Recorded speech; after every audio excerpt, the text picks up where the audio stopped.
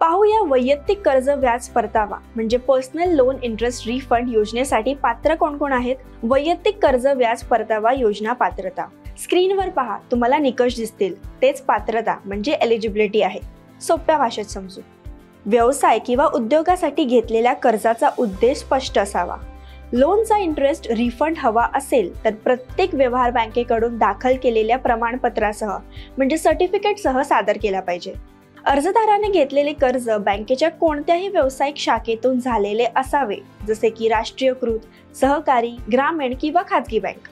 कर्जाची मर्यादा 15 लाख रुपये इतकी असून इंटरेस्ट रिफंड केवळ नियमित हप्ते भरल्यावरच मिळेल। कर्जाचे व्याज नियमित भरणाऱ्या अर्जदारालाच या योजनेचा लाभ मिळेल। अर्जदाराने घेतलेले कर्ज शेती उत्पादन किंवा कृषी आधारित व्यवसायासाठी नसावे। अर्जदाराकडे स्वतःचा व्यवसाय सुरू करण्यासाठी व्यवसाय प्रशिक्षण घेतलेले असणे आवश्यक आहे। आता डॉक्युमेंट्स काय लागणार आहेत ते पाहूया।